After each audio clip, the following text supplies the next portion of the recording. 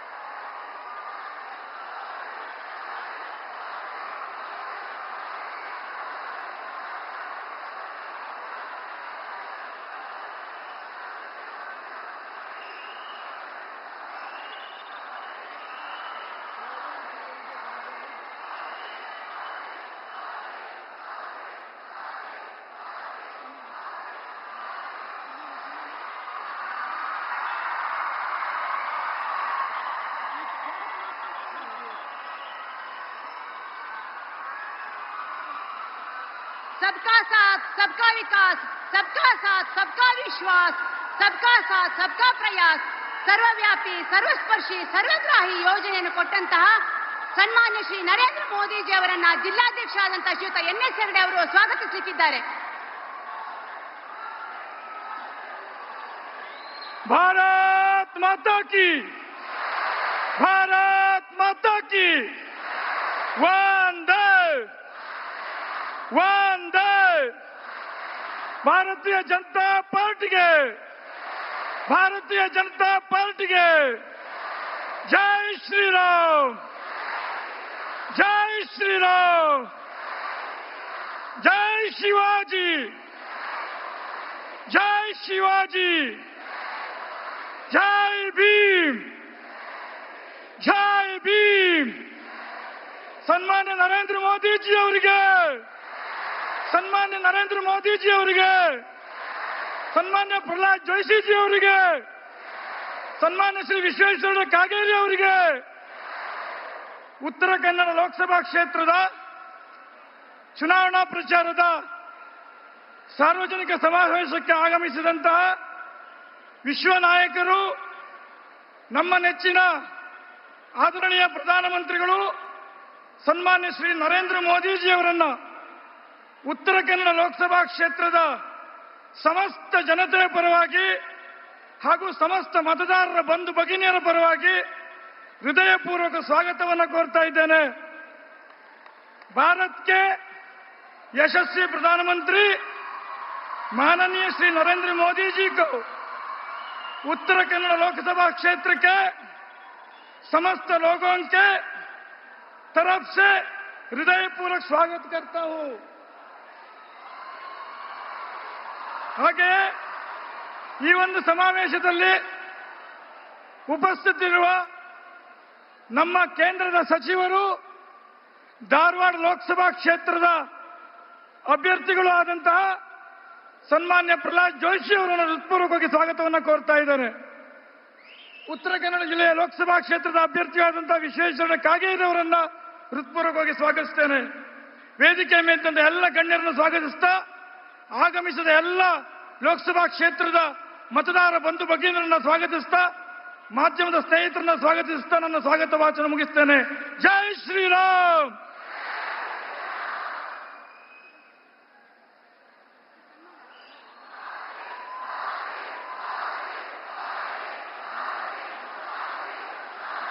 ಉತ್ತರ ಕನ್ನಡ ಲೋಕಸಭಾ ಕ್ಷೇತ್ರದ ಪರವಾಗಿ ಸನ್ಮಾನ್ಯ ಶ್ರೀ ನರೇಂದ್ರ ಮೋದಿಜಿ ಅವರಿಗೆ ಶಾಲನ್ನ ಹಾಕಿ ಸನ್ಮಾನಿಸಬೇಕು ಅಂತ ಹೇಳಿ ಶ್ರೀಮತಿ ರೂಪಾಲಿ ನಾಯ್ಕ ಅವರನ್ನ ಕೇಳ್ಕೊಳ್ತಾ ಇದ್ದೇವೆ.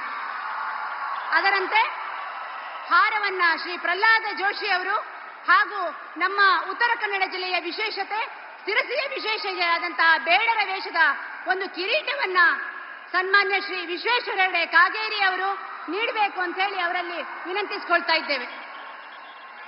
ಬಂದಂತಹ ಎಲ್ಲ ಮಹಿಳೆಯರ ಪರವಾಗಿ ವೇದಿಕೆ ಮೇಲಿರುವಂತಹ ಮಹಿಳೆಯರು ನಮ್ಮ ಗ್ರಾಮ ದೇವತೆ ಶಕ್ತಿ ದೇವತೆಯಾದಂತಹ ಶ್ರೀ ಮಾರಿಕಾಂಬಾ ದೇವಿಯ ಪ್ರತಿಮೆಯನ್ನ ನೀಡಿ ಆದರದಿಂದ ಗೌರವಿಸ್ತಾ ಇದ್ದಾರೆ.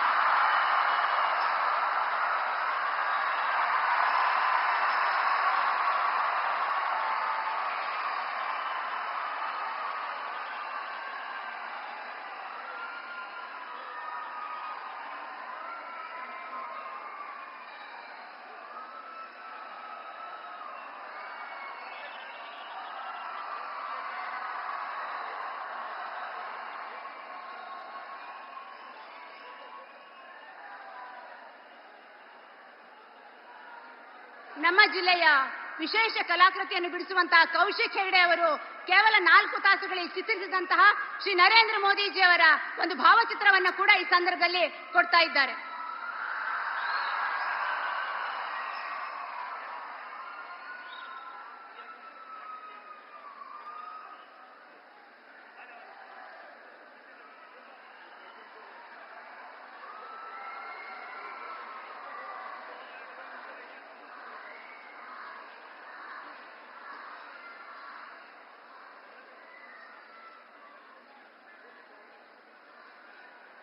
ಸನ್ಮಾನವನ್ನು ನೆರವೇರಿಸಿಕೊಟ್ಟಂತಹ ಎಲ್ಲ ಗಣ್ಯಾತಿ ಗಣ್ಯರಿಗೂ ಕೂಡ ಧನ್ಯವಾದಗಳು.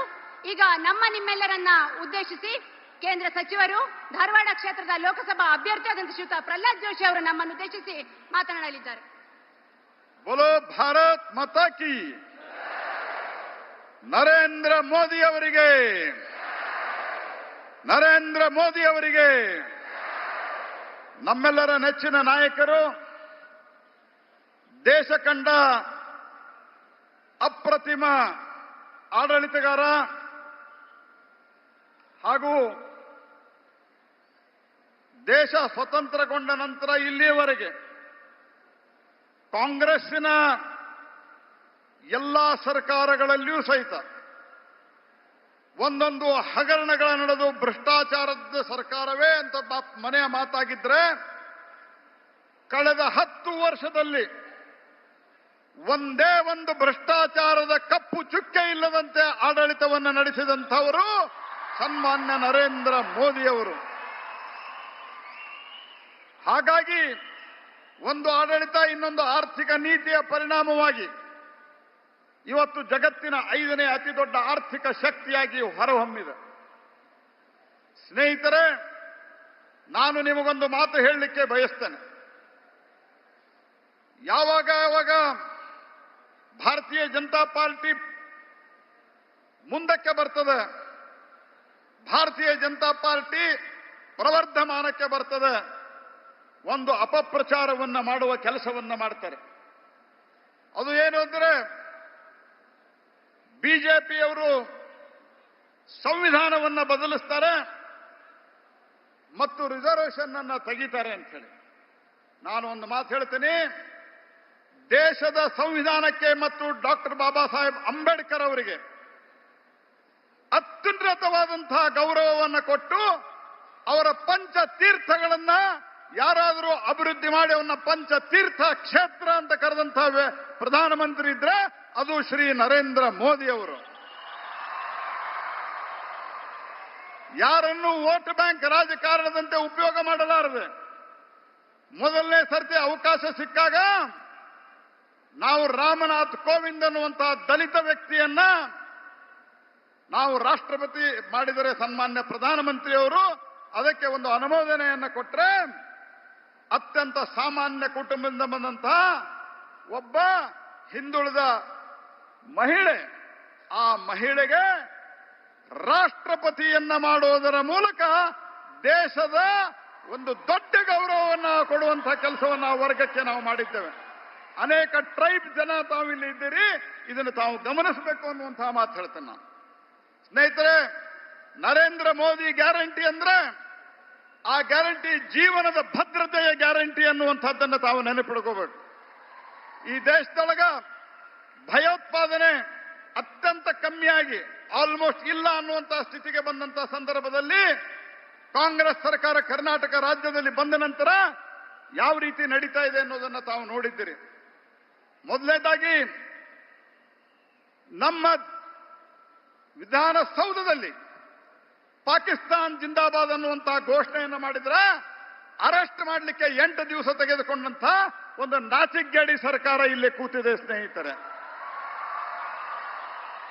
ಅದೇ ರೀತಿ ಒಂದು ಕಡೆ ಈ ಸ್ಥಿತಿ ಆದ್ರೆ ನರೇಂದ್ರ ಮೋದಿ ಅವರ ಸರ್ಕಾರ ಏನ್ ಹೇಳ್ತದೆ, ಭಯೋತ್ಪಾದನೆ ಬಗ್ಗೆ ಶೂನ್ಯ ಸಹಿಷ್ಣುತೆ, ಯಾವ ಕಾರಣಕ್ಕೂ ಸಹಿಸೋದಿಲ್ಲ ಅನ್ನುವಂತಹ ಮಾತು ಹೇಳಿ ಪಾಕಿಸ್ತಾನವನ್ನು ತಹಬಂದಿಗೆ ಇಟ್ರೆ, ಇವತ್ತು ರಾಮೇಶ್ವರಂ ಕೆಫೆ ಬಾಂಬ್ ಬ್ಲಾಸ್ಟ್ ಆದಾಗ ಈ ರಾಜ್ಯದ ಗೃಹ ಮಂತ್ರಿ ಸ್ಟೇಟ್ಮೆಂಟ್ ಕೊಡ್ತಾರೆ. ಏನ್ ಸ್ಟೇಟ್ಮೆಂಟ್ ಕೊಡ್ತಾರೆ? ಅದು ಸಿಲಿಂಡರ್ ಸ್ಫೋಟ ಆಗಿದೆ ಅಂತ. ಅಂದ್ರೆ ಮುಚ್ಚಿ ಹಾಕುವ ಹುನ್ನಾರ. ಇನ್ನೊಬ್ಬರು ಕೊಡ್ತಾರೆ ಬಿಸಿನೆಸ್ ರೈವಲರೀಸ್, ಬಿಸಿನೆಸ್ ಸ್ಪರ್ಧೆಯಿಂದ ಆಗಿದೆ ಅಂತ ಹೇಳಿ. ಹಾಗಾಗಿ ಒಂದು ರೀತಿಯಲ್ಲಿ ತುಷ್ಟೀಕರಣದ ಪರಾಕಾಷ್ಠೆಯ ಪರಿಣಾಮ. ಹುಬ್ಬಳ್ಳಿಯ ಪೊಲೀಸ್ ಸ್ಟೇಷನ್ ಅನ್ನು ಸುಟ್ಟು ಪೊಲೀಸ್ ಸಿಬ್ಬಂದಿಯನ್ನ ಕೊಲ್ಲಲಿಕ್ಕೆ ಹೊರಟಂತ 150ಕ್ಕೂ ಹೆಚ್ಚು ಅಪರಾಧಿಗಳನ್ನ ಯಾರು PFI ಜೊತೆಗೆ ಸಂಪರ್ಕ ಇಟ್ಟುಕೊಂಡಿದ್ರೋ ಅವರನ್ನ ಬೇಲ್ ಮೇಲೆ ರಿಲೀಸ್ ಮಾಡಲಿಕ್ಕೆ ಇವರು ವ್ಯವಸ್ಥೆಯನ್ನ ಮಾಡಿದಂತಹ ಸರ್ಕಾರ. ಕೆಜೆಹಳ್ಳಿ ಡಿಜೆಹಳ್ಳಿ ಅವರ ಕ್ಷೇತ್ರದ ಶಾಸಕರಾಗಿದ್ದಂತಹ ಅಖಂಡ ಶ್ರೀನಿವಾಸ ಮೂರ್ತಿಯ ಮನೆಯನ್ನು ಸುಟ್ಟು ಹಾಕಿ ಇಡೀ ಒಂದು ಕ್ಷೇತ್ರವನ್ನೇ ಗಂದಲದಿಂದ ಮೂಡಿಸಿದಂತಹ ಸಂದರ್ಭದಲ್ಲಿ ಸಹಿತ ಅದನ್ನು ಕೂಡ ಅವರ ದಲಿತ ಶಾಸಕನಿಗೆ ಅವರು ಸಂರಕ್ಷಣೆ ಕೊಡಲಿಲ್ಲ. ಇವರು ಬಂದ ತಕ್ಷಣ ಅವರಿಗೆ ಬೇಲ್ ಕೊಡುವಂತ ಕೆಲಸವನ್ನು ಮಾಡ್ತಾರೆ. ಅದರ ಪರಿಣಾಮವಾಗಿ ಇವತ್ತು ಮತಾಂಧ ಶಕ್ತಿಗಳಿಗೆ ಧೈರ್ಯ ಬರ್ತಾ ಇದೆ.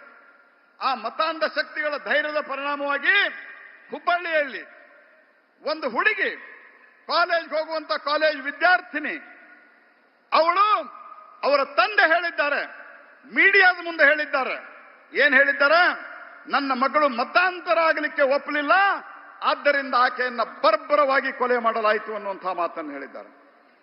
ಆದ್ದರಿಂದ ನಾನು ಹೇಳಿದೆ, ಈ ದೇಶದೊಳಗ ಈ ಮತಾಂಧದ ಭಯೋತ್ಪಾದನೆಯಿಂದ ಜೀವಕ್ಕೆ ಗ್ಯಾರಂಟಿ ಕೊಡುವಂತಹ, ಜೀವವನ್ನು ಉಳಿಸಿಕೊಳ್ಳುವಂತಹ ಗ್ಯಾರಂಟಿಯನ್ನ, ಜೀವದ ಭದ್ರತೆ ಗ್ಯಾರಂಟಿಯನ್ನ ಕೊಡಲಿಕ್ಕೆ ಸಾಧ್ಯ ಇದ್ರೆ ಅದು ಏಕಮಾತ್ರ ವ್ಯಕ್ತಿ, ಏಕಮಾತ್ರ ನಾಯಕ, ಅದು ಶ್ರೀ ನರೇಂದ್ರ ಮೋದಿ ಅವರು ಅನ್ನುವಂಥದ್ದನ್ನು ನಾವು ಮರಿಬಾರದು. ಹಾಗಾಗಿ ಸ್ನೇಹಿತರೆ, ಗ್ಯಾರಂಟಿ ಗ್ಯಾರಂಟಿ ಅಂತ ಸಿದ್ದರಾಮಯ್ಯನವರು ಭಾಷಣ ಮಾಡ್ಕೊತ ಹೋಗ್ತಾರೆ. ಎಲ್ಲ ರೇಟ್ ಜಾಸ್ತಿ ಮಾಡಿದ್ದಾರೆ. 10 ರೂಪಾಯಿ ಬಾಂಡ್ ಪೇಪರ್ ಎಷ್ಟು ಮಾಡಿದ್ದಾರೆ? 100 ರೂಪಾಯಿ. 100 ರೂಪಾಯಿ ಬಾಂಡ್ ಪೇಪರ್ ಎಷ್ಟು ಮಾಡಿದ್ದಾರೆ? 500 ರೂಪಾಯಿ. ಪಹಣಿ ಪತ್ರಿಕೆ ಉತ್ತಾರ 10 ರೂಪಾಯಿ ಇದ್ದಿದ್ದು ಎಷ್ಟು ಮಾಡಿದ್ದಾರೆ? 25. ಅದೇ ರೀತಿ ಹಾಲಿನ ದರವನ್ನ ಜಾಸ್ತಿ ಮಾಡಿದ್ದಾರೆ. ಹಾಲು ಉತ್ಪಾದಕರಿಗೆ ನಾವೇನು ಸಬ್ಸಿಡಿ ಕೊಡ್ತಾ ಇದ್ವಿ ಅದನ್ನ ನಿಲ್ಲಿಸಿದ್ದಾರೆ. ಆನಂತರ ರಿಜಿಸ್ಟ್ರೇಷನ್ ಚಾರ್ಜ್ ಜಾಸ್ತಿ ಮಾಡಿದ್ದಾರೆ. ಮದ್ಯವಂತೂ ಸಿಕ್ಕಾಪಟ್ಟಿ, ಎಣ್ಣೆಯಂತೂ ಸಿಕ್ಕಾಪಟ್ಟಿ ಜಾಸ್ತಿ ಮಾಡಿದ್ದಾರೆ. ಇದರ ಪರಿಣಾಮವಾಗಿ ಪ್ರತಿ ವ್ಯಕ್ತಿಯಿಂದ 1,000 ರೂಪಾಯಿ ಕಸುಗೊಳ್ತಾ ಇದ್ದಾರೆ, 2,000 ರೂಪಾಯಿ ಕೊಡ್ತಾ ಇದ್ದಾರೆ. ಇದು ಕಾಂಗ್ರೆಸ್ಸಿನ ನೀತಿ ಸ್ನೇಹಿತರೆ. ಒಂದು TC ಹಾಕಬೇಕಂದ್ರೆ 10,000 ಇದ್ದಿದ್ದು ಇವತ್ತು ಎಷ್ಟು ಮಾಡಿದ್ದಾರೆ ಅಂತ ನಮಗೆ ಗೊತ್ತಿದೆ. ಹಾಗಾಗಿ ಇವತ್ತು ನರೇಂದ್ರ ಮೋದಿ ಗ್ಯಾರಂಟಿ ಇದು ಜೀವದ ಗ್ಯಾರಂಟಿ, ಅದು ನಮ್ಮ ಸ್ವಾವಲಂಬನೆ ಗ್ಯಾರಂಟಿ ಅನ್ನುವಂತಹ ಮಾತನ್ನು ಹೇಳ್ತಾ ಮತ್ತೊಮ್ಮೆ ನರೇಂದ್ರ ಮೋದಿ ಅವರಿಗೆ ಸ್ವಾಗತಿಸಿ ತಮ್ಮೆಲ್ಲರಿಗೂ ವಂದಿಸಿ ನನ್ನ ಮಾತನ್ನು ಮುಗಿಸ್ತೇನೆ. ನಮಸ್ಕಾರ.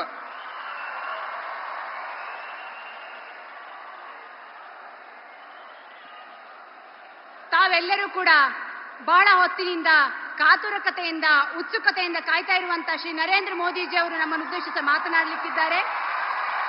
अपने लोकप्रिय प्रधानमंत्री सम्मान्य श्री नरेंद्र मोदी जी को इसके स्वागत करते हुए विनती करती हूं कि हम सबको संबोधन करें.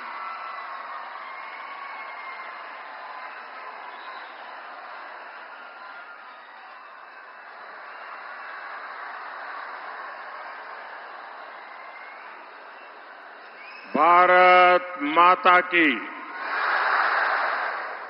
भारत माता की. ಉತ್ತರ ಕನ್ನಡ ಮತ್ತು ಧಾರವಾಡದ ಸೋದರ ಸೋದರಿಯರಿಗೆ ನನ್ನ ನಮಸ್ಕಾರಗಳು.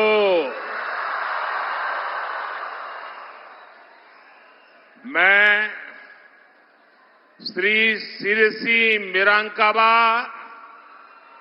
श्री महाबालेश्वर स्वामी श्री वादिराजा तीर्थ और श्री सिद्धारूढ़ा मठ को भी श्रद्धा पूर्वक नमन करता हूं. अच्छा, पहले आप लोग मुझे, मैं हिंदी बोलूंगा तो चलेगा ना? कोई इंटरप्रिटेशन की आवश्यकता नहीं है ना? चलिए, आपके आशीर्वाद है. अच्छा, ये मुझे बताइए, ये चुनाव सभा है कि विजय सभा है?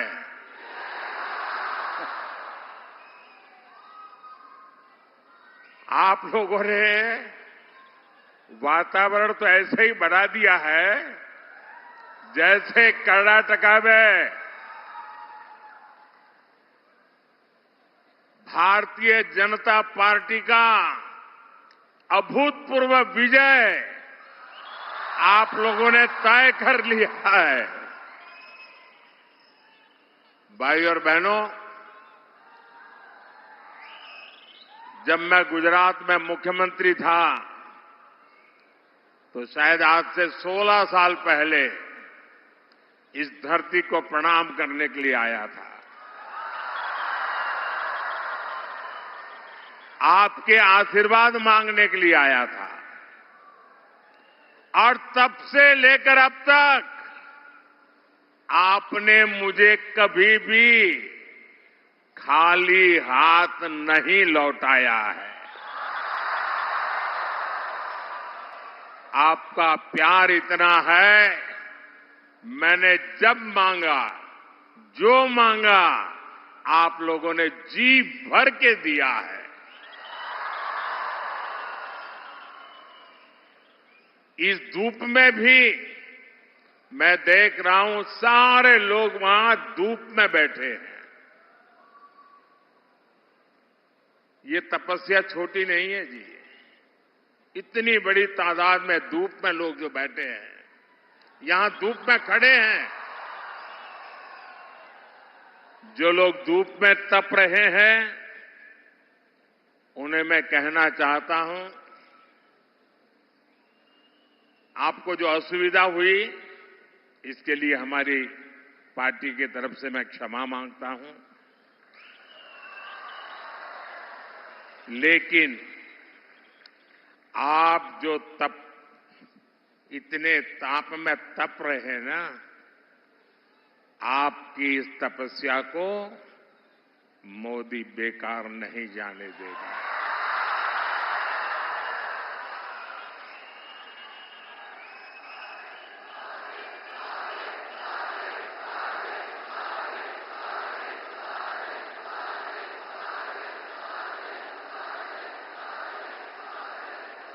आप जो ये तपस्या कर रहे हैं, मैं विकास करके आपको अवश्य लौटाऊंगा। भाइयों और बहनों, आज मैं आप सभी से विकसित कर्नाटका के लिए,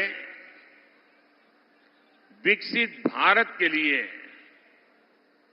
आप सबका, पूरे कर्नाटका का आशीर्वाद मांगने के लिए आया हूं।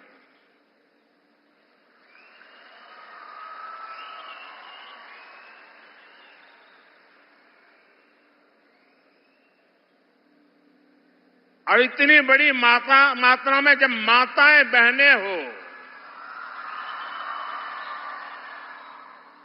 जब इतना उमंग और उत्साह हो, विजय का विश्वास हो, विकसित भारत का संकल्प हो, तो फिर मुझे पक्का भरोसा है आपके आशीर्वाद में कोई कमी नहीं रहेगी।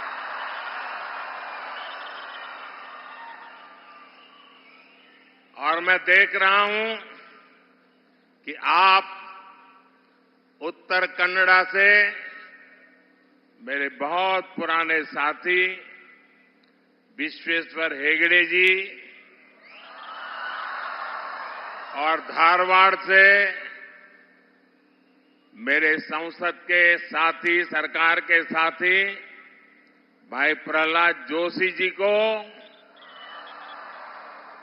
रिकॉर्ड वोट से जिताने का संकल्प ले चुके हैं।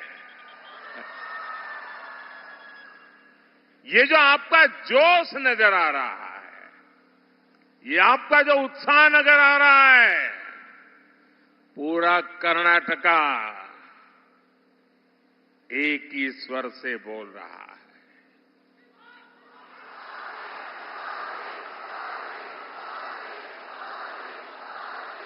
एक ही गुंज सुनाई दे रही है। फिर एक बार, फिर एक बार, फिर एक बार।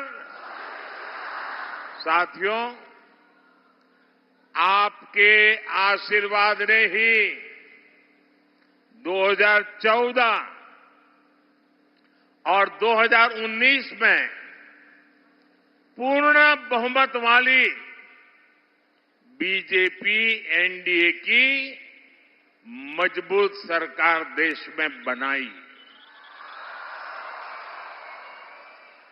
हमने देश के विकास के साथ ही लोकल एस्पिरेशंस को पूरा करने के लिए भी पूरी ईमानदारी से काम किया। यहां उत्तर कन्नड़ा में घर, बिजली, पानी जैसी योजनाओं पर एनडीए सरकार ने बहुत काम किया है। हमारे मछुआरे भाई बहनों के लिए भी इतना बड़ा पोर्ट बन रहा है।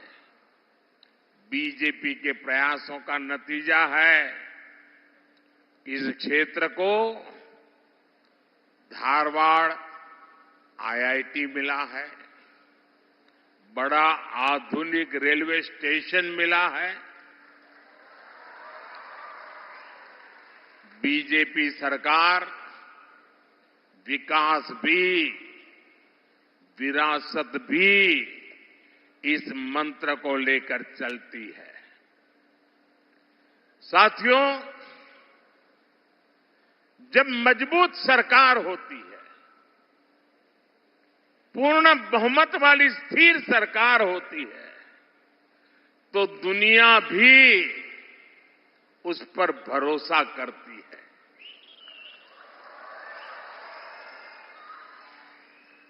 आप मुझे बताइए, आज पूरी दुनिया में हिंदुस्तान का डंका बज रहा है कि नहीं बज रहा है?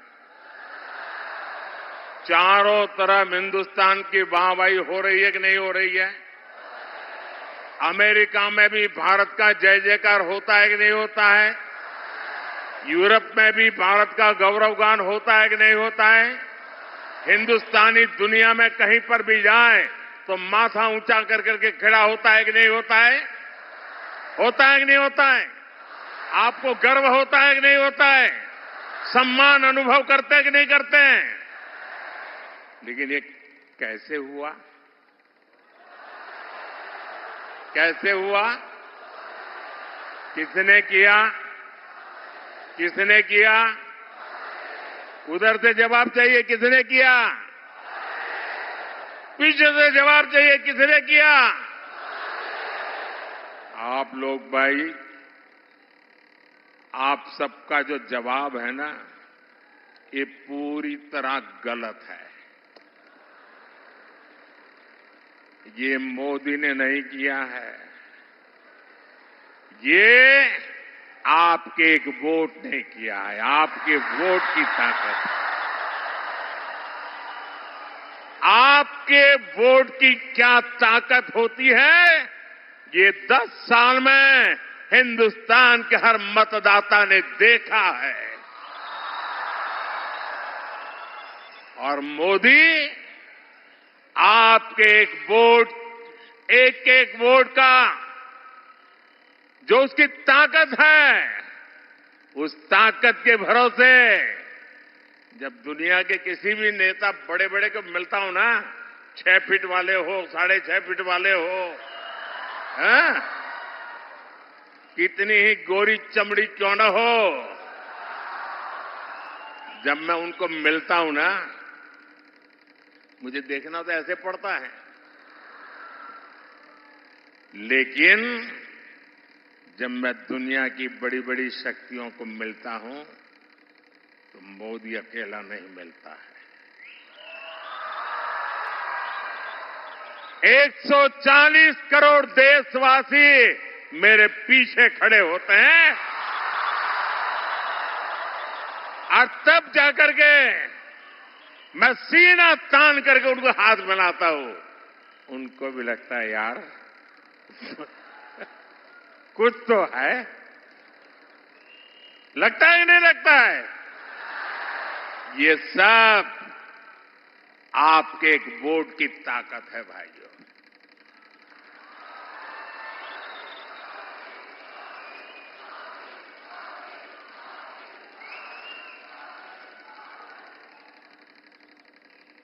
अयोध्या में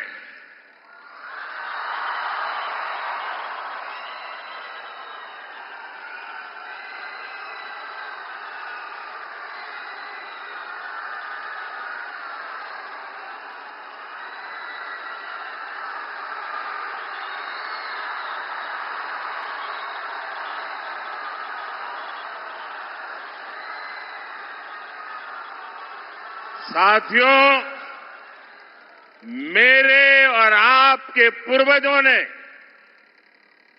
हमारे पूर्वजों ने अयोध्या में प्रभु राम के लिए 500 साल तक लड़ाई लड़ी। 500 साल छोटा कालखंड नहीं है। लाखों लोग मौत के घाट उतार दिए गए। देश आजाद होने के दूसरे ही दिन प्रभु राम का मंदिर बनाने का निर्णय होना चाहिए था, नहीं होना चाहिए था। दूसरे ही दिन ये काम होना चाहिए था, नहीं होना चाहिए था, लेकिन उन्होंने नहीं किया। साथियों, ऐसा काम करने के लिए 56 इंच का सीना लगता है।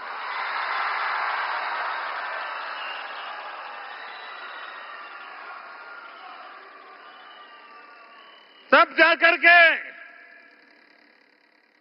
500 साल का सपना, 500 साल का इंतजार समाप्त होता है। लेकिन ये तब होता है जब आपके वोट की ताकत मिलती है।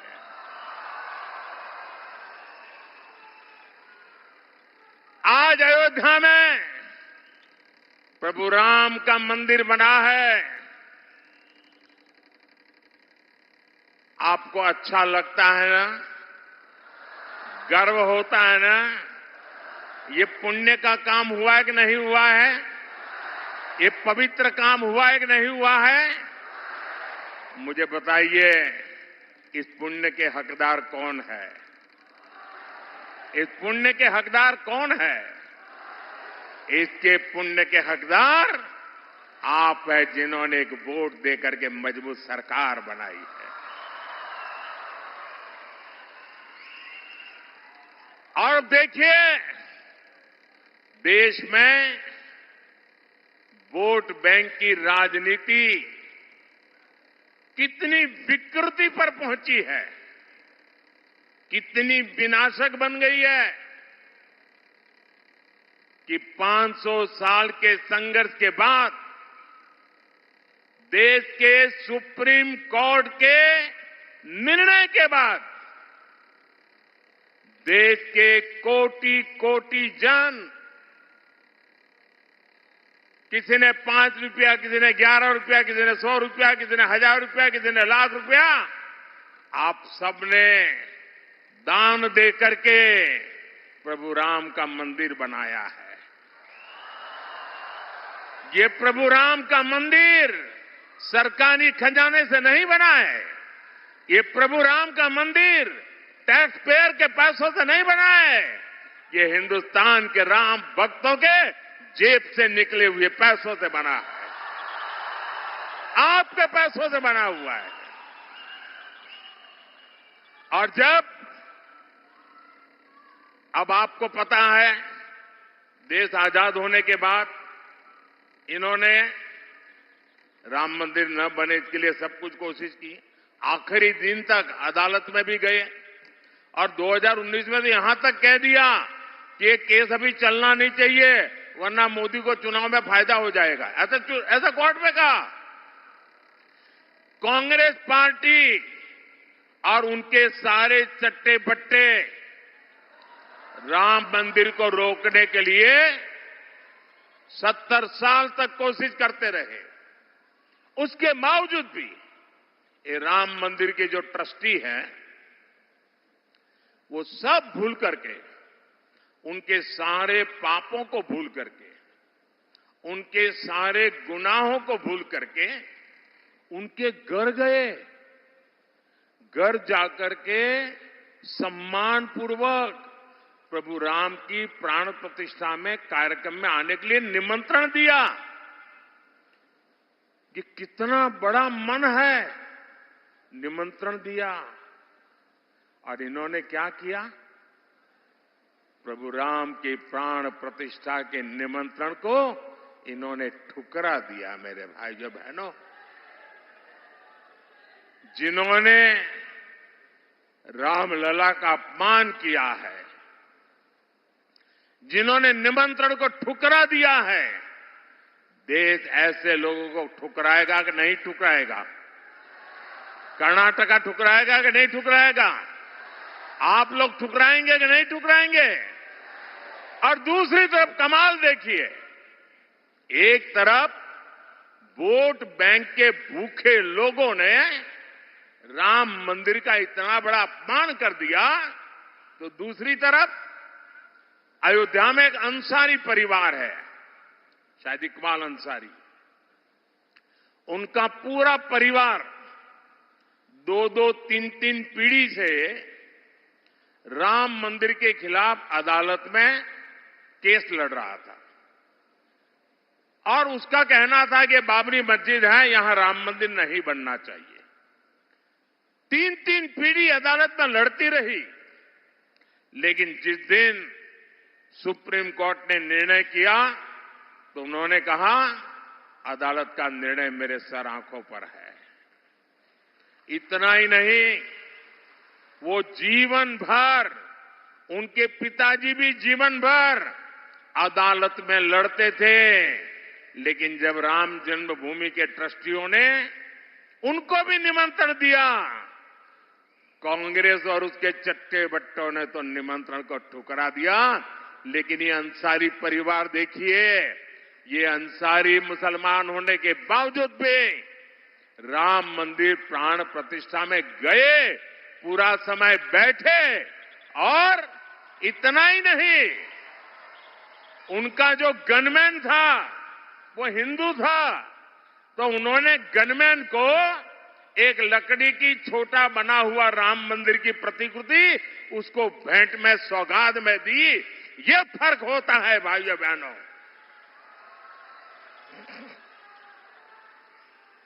यह देश विकास भी चाहता है, विरासत भी चाहता है। और अब देखिए, बीजेपी सरकार ने ही आयुर्वेद को लेकर पूरी दुनिया में प्रचार प्रसार किया है। हमारी सरकार बनने के बाद हमने अलग आयुष मंत्रालय बनाया है। आपकी सिरसी सुपारी को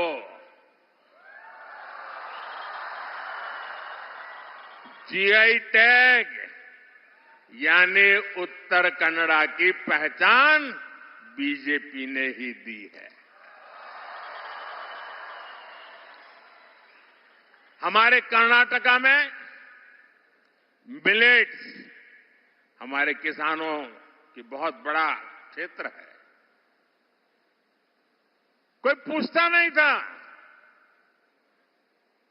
छोटे किसान परेशान थे कि मिलेट को करूं क्या। ये बीजेपी, मैंने यूएन को कहा ये सुपर फूड है, ये एनवायरमेंट फ्रेंडली खेती है। और यूएन ने इंटरनेशनल मिलेट डे मनाया और मिलेट ईयर मनाया। और आज जिसको आप श्री अन्न कहते हैं ना, जिसको आज हम पूरे देश में श्री अन्न के रूप में जानते हैं, आज मिलेट की पूरे दुनिया में मांग बढ़ी है। और उसका लाभ कर्नाटका के किसानों को मिल रहा है। साथियों, जब आपका अपने पर भरोसा हो ना, अपने देश पर भरोसा हो, अपने देश की हर बात पर भरोसा हो, तो दुनिया भी आपकी बातों पर भरोसा करती है। हमने मिलेट मना का इतना बड़ा अभियान चलाया। पिछले वर्ष मैं अमेरिका के राष्ट्रपति जी ने मुझे अपने घर पे बुलाया था। बहुत बड़ा भोज रखा था और देश का मैं शायद पहला प्रधानमंत्री था जिसके लिए इतना बड़ा समारोह किया गया था। पूरे अमेरिका के बड़े बड़े दिग्गज लोग वहां भोजन समारोह में थे और क्या मजा था उसका। हर एक के टेबल पर ये हमारा जो मिलेट्स है ना, उसकी चीजें बना करके परोसी गई थी। ये सुनते हैं तो आपको गर्व होता है कि नहीं होता है? कनाडा के खेत में पैदा हुआ मिलेट अमेरिका के व्हाइट हाउस में टेबल पर जब परोसा जाता है, कौन कनाडा के व्यक्ति होगा जिसको गर्व नहीं होगा? साथियों, बीजेपी सरकार इस क्षेत्र की फिशरमैन कम्युनिटी के विकास के लिए भी कमिटेड है। हमारी सरकार है जिसमें फिशरमैन के लिए अलग मंत्रालय बनाया गया। आजादी के इतने साल के बाद पहली बार फिशरमैन के लिए किसान क्रेडिट कार्ड की सुविधा बीजेपी ने दी। पहली बार 20,000 करोड़ की मत्स्य संपदा योजना बीजेपी ने बनाई। अब बीजेपी ने अपने मैनिफेस्टो में फिशरमैन के लिए प्रोडक्शन और प्रोसेसिंग क्लस्टर बनाने की घोषणा की है और इसका भी बड़ा लाभ हमारे जो मछुआरे भाई बहन हैं उस पूरे समाज को मिलने वाला है। साथियों, बीजेपी के प्रयासों से अलग यहां की कांग्रेस की सरकार कर्नाटका को तबाह करने में जुटी है। कांग्रेस क्राइम को कंट्रोल करने के बजाय एंटी सोशल और एंटी नेशनल माइंडसेट को बढ़ावा दे रही है। हुबली में कुछ दिन पहले हमारी एक बेटी के साथ जो हुआ, उसे देखकर पूरा देश चिंतित है। हर मां बाप को कर्नाटका में अपनी बेटी की चिंता सता रही है। किसके कारण? कांग्रेस के पाप के कारण।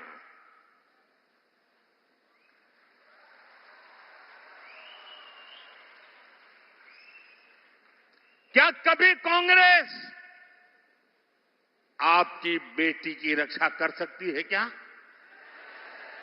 आप उनके भरोसे बेटियों को बड़ा बना सकते हैं क्या?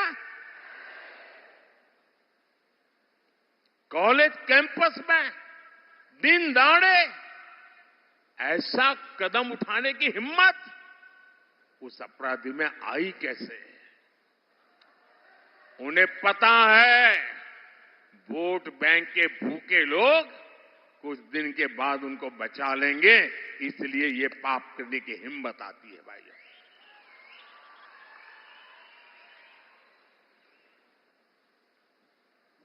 इस क्राइम ने कर्नाटका में हमारी बेटियों की सुरक्षा के संबंध में गंभीर सवाल खड़े किए हैं।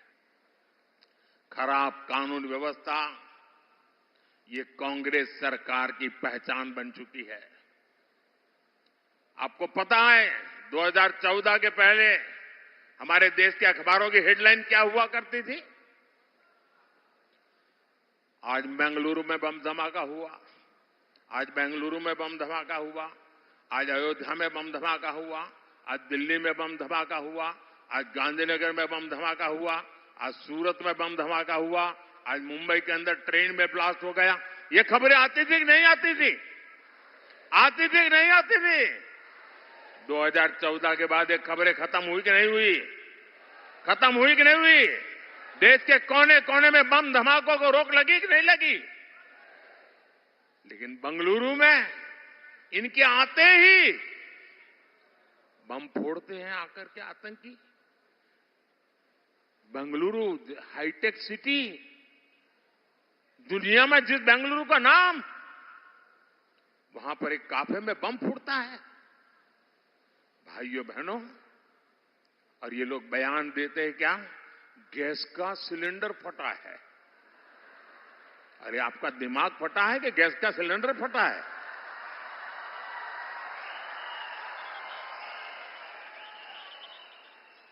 हो क्या गया इन लोगों को? और जब मामला एनआईए के पास गया, तब जाकर के बंगाल में जाकर के उनको दबोच करके ले आए हैं भाइयों। और जिसके पीछे जिन लोगों का नाम है, पीएफआई जैसे संगठन, जिसको प्रतिबंध लगा है वायनाड में, ऐसे पीएफआई के संगठनों की मदद ली जाती है, तो फिर उनका तूफान और बढ़ेगा कि नहीं बढ़ेगा? कांग्रेस ने जिस प्रकार वोट के लिए पीएफआई जैसे संगठनों की मदद दी है, उनसे सहाय ली है, और ऐसे ही कारणों से ऐसे लोगों की ताकत बढ़ जाती है भाइयों। कांग्रेस का ट्रैक रिकॉर्ड आतंकियों के मारे जाने पर आंसू बहाने का, आपको याद होगा दिल्ली में आतंकी घटना घटी थी, कांग्रेस की एक नेता आंसू बहा रही थी कि आतंकी क्यों मारा गया। ये मैं नहीं कह रहा हूं, कांग्रेस के नेता कह रहे हैं। साथियों, बीजेपी का ट्रैक रिकॉर्ड है, हमने पीएफआई की कोई भी ताकत को प्रतिबंध लगा दिया, उसके बड़े बड़े शहंशाह जेलों में सड़ रहे। दोस्तों, एक जमाना था आए दिन पड़ोस में से आतंकी एक्सपोर्ट होते थे, हमारे देश के जवानों को मार करके भाग जाते थे। अब सर्जिकल स्ट्राइक होता है, और ये नया हिंदुस्तान है, ये घर में घुस के मारेगा।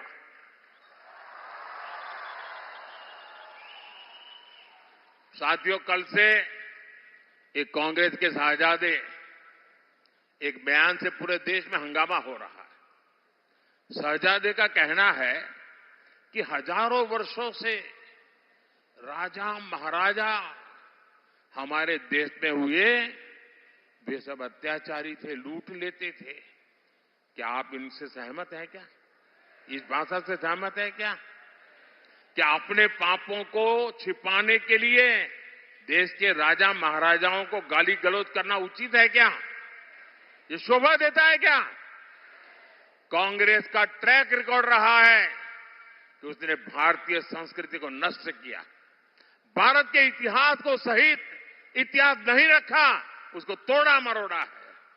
कांग्रेस का मकसद यही था कि छत्रपति शिवाजी महाराज, महाराणा प्रताप, ऐसे महान योद्धाओं का इतिहास अगली पीढ़ी को पता न चले।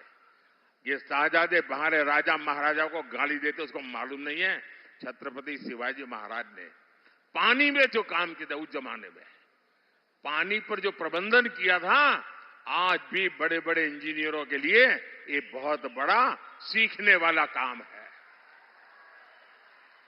आपको तो सिर्फ इतना ही समझ आता है कि छत्रपति शिवाजी महाराज घोड़े पर बैठे। शिवाजी महाराज ने इतनी छोटी छोटी चीजों की चिंता की थी समाज की भलाई के लिए, आप उनको गालियां दे रहे हो। और उनके मुंह से किसी नवाब के लिए गाली सुनी भाई? किसी सुल्तान के लिए गाली सुनी क्या? किसी बादशाह के लिए गाली सुनी क्या? Vote bank. लोग पूछ रहे हैं कि कांग्रेस तुष्टीकरण के लिए और कितना पतन होगा, लोग पूछ रहे हैं। साथियों, इस क्षेत्र का भारत के इतिहास में बहुत ऊंचा स्थान है। यहां से कदम राजवंश ने लंबे समय तक शासन किया। कन्नड़ा भाषा की जो सेवा कदम राजवंश ने की है, क्या उसे कोई कन्नड़ी का भुला सकता है क्या? मैसूरू राजघराना वडियार राजवंश ने शिक्षा सहित हर सेक्टर में कितने ही काम किए हैं। अरे मैं गुजरात से आता हूं, मेरा गांव बड़ौदा गायकवाड़ स्टेट में हुआ करता था। और बड़ौदा के महाराजा गायकवाड़, उन्होंने बाबा साहब आम्बेडकर की प्रतिभा को देखा था। बाबा साहब आम्बेडकर को बड़ौदा ले गए, बाबा साहब आम्बेडकर को अपने पास रखा और बाबा साहब आम्बेडकर को विदेश भेजने का पूरा प्रबंध महाराजा गायकवाड़ ने किया था और देश को बाबा साहब आम्बेडकर मिले थे। लेकिन भाइयों बहनों, ये हमारे राजा महाराजाओं का योगदान शहजादे को अत्याचारी लगता है? आप ऐसे लोगों को माफ कर सकते हो भाई? कर्नाटका सहित पूरा देश का इतिहास है जहां नवाबों ने, सुल्तानों ने, बादशाहों ने आम नागरिकों पर घोर जुल्म किया, अत्याचार किए हैं। ऐसे सुल्तानों ने हमारे मंदिरों को, हमारे तीर्थों को लूटा, उन्हें तबाह किया। लेकिन शाहजादे ने उनको तो क्लीन चिट दे दी और सभी राजाओं महाराजाओं को अत्याचारी घोषित कर दिया। देश को बांटने का कांग्रेस का प्रयास खतरनाक है साथियों, इनसे बचने की जरूरत है। भाइयों बहनों, आपने देखा होगा, अब ये शाहजादे कह रहे हैं वो चुनाव के बाद अगर सत्ता में आए पूरे देश का एक्सरे करेंगे। एक्सरे, आपका एक्सरे होगा, आपके लॉकर का एक्सरे होगा, आपके घर का एक्सरे होगा, आपके खेत का एक्सरे होगा और वो ढूंढ के निकालेंगे किसके पास क्या है। और फिर अगर ज्यादा है तो हड़प कर लेंगे और उनकी जो वोट बैंक है उनको बांट देंगे। हमारी माताओं बहनों के पास स्त्री धन एक बहुत सम्माननीय संपत्ति होती है। माताओं बहनों का मंगलसूत्र उससे पवित्र और कुछ मानते नहीं है। ये उस पर नजर बिठाए बैठे हैं कि ये तुम्हारे पास है, क्या जरूरत है, लाओ। क्या ये पाप हम करने देंगे क्या? ये उन्होंने ठान के रखा हुआ है भाई बहनों। और जब मैं ऐसी चीजें खोल करके रखता हूं तो उनको लगता है अरे पकड़े गए, मोदी तो मार रहा है। अरे मारेगा नहीं तो क्या करेगा? माफ करेगा क्या? देश को तबाह करने के ये आपके तरीकों को मैं देशवासियों को नहीं बताऊंगा तो कौन बताएगा? और आपको पता होना चाहिए मोदी मौज करने के लिए पैदा नहीं हुआ है।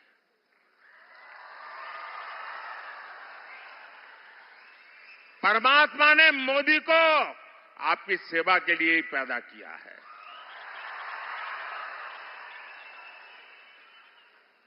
और आपका सपना ही मोदी का संकल्प है।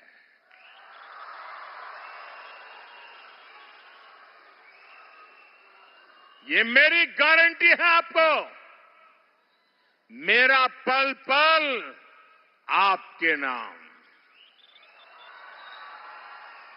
मेरा पल पल आपके बच्चों के भविष्य के नाम, मेरा पल पल आपके सपनों को साकार करने के नाम, मेरा पल पल देश के नाम, देशवासियों के नाम। और इसलिए मैं आपको गारंटी देता हूं 24/7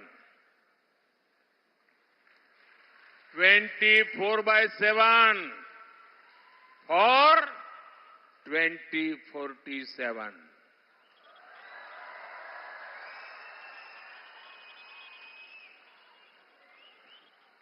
साथियों, कांग्रेस ने एक और खतरनाक इरादा, कर्नाटका के लोगों को सावधान रहना है।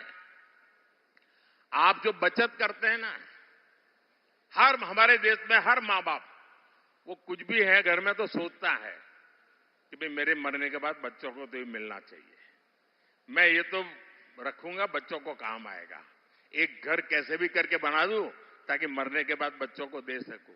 ये हर हिंदुस्तानी के मन में रहता है कि नहीं रहता है? गरीब से गरीब हिंदुस्तानी भी मरने के बाद बच्चों को कुछ देने का इरादा रखता है कि नहीं रखता है? अब ये शाहजादे ने, उनके गुरु ने अमेरिका से घोषणा की है कि वो इनहेरिटेंस टैक्स लाएंगे। इसका मतलब है कि आपने जो बचाया है वो मरने के बाद आपके संतानों को नहीं जाएगा। आधे से ज्यादा 55%, 55% ये कांग्रेस की जमात, उनकी सरकार हड़प कर लेगी। आपकी आधी प्रॉपर्टी गई। 4 कमरे का घर है तो 2 कमरे गए। 10 एकड़ का खेत तो 5 एकड़ गया। आपके संतान को नहीं मिलेगा। और इसलिए देश चिंतित है, देश गुस्से में है और देश कह रहा है कांग्रेस की लूट जिंदगी के साथ भी, कांग्रेस की लूट जिंदगी के साथ भी और जिंदगी के बाद भी।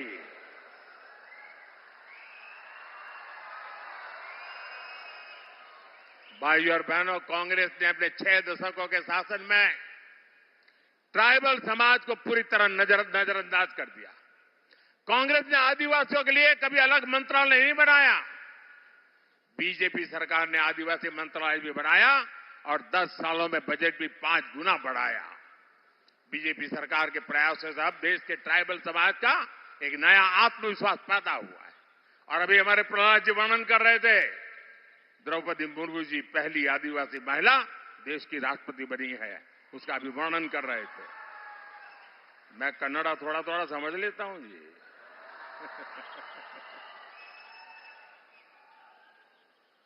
भाइयों बहनों, मोदी का एक ही सपना है, मोदी का एक ही लक्ष्य है। मोदी के लिए अपना कुछ नहीं है, आप ही मेरा परिवार,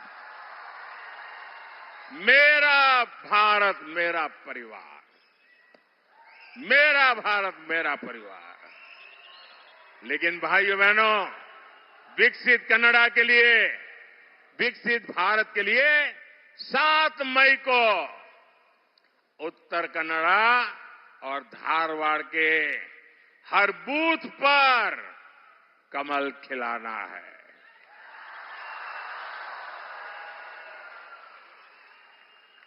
और कमल के निशान पर आप बटन दबाएंगे ना, तो आप पक्का मान लेना आपको मोदी दिखाई देगा। आपके दिल में मोदी होगा, मन में मोदी होगा। और आप जब कमल पे बटन दबाएंगे ना, आपका वोट सीधा सीधा मोदी के पास जाएगा। और मोदी के लिए, मोदी को मजबूत बनाने के लिए ज्यादा से ज्यादा मतदान करवाएंगे, ज्यादा से ज्यादा मतदान करवाएंगे। कितनी ही गर्मी क्यों न हो के मतदान बढ़ेगा। 10 बजे के पहले सारा मतदान करा लोगे। शादी हो और काम हो, छुट्टी हो, कुछ भी हो, मतदान कराएंगे, पोलिंग बूथ को जीतेंगे। अच्छा, मेरा एक काम करोगे? देखिए, मेरी बात आई तो आप तो ठंडे हो गए। ये मेरा पर्सनल काम है, बताओ करोगे? जरा हाथ ऊपर ऊंचा करके बताओ करोगे? ये चुनाव वाला काम नहीं है, मेरा पर्सनल काम है, करोगे? पक्का करोगे? तो एक काम करना, घर घर जाइएगा और जाकर के कहना कि मोदी जी सिरसी आए थे और मोदी जी ने आपको नमस्कार भेजा है। मेरा नमस्कार पहुंचा देंगे, मेरा प्रणाम पहुंचा देंगे। जब हर परिवार को मेरा प्रणाम पहुंचेगा ना, जब मेरा नमस्कार पहुंचेगा ना, तो परिवार मुझे आशीर्वाद देगा। और वो आशीर्वाद ही मेरी ऊर्जा है। वो आशीर्वाद मेरी ताकत बढ़ा देगा और मुझे आपके लिए खप जाने की और नई प्रेरणा मिलेगी। और इसलिए मैं आपसे कहता हूं, घर घर जाकर के मेरा प्रणाम जरूर पहुंचाइएगा। मेरे साथ बोलिए, भारत माता की, भारत माता की, भारत माता की। बहुत बहुत धन्यवाद।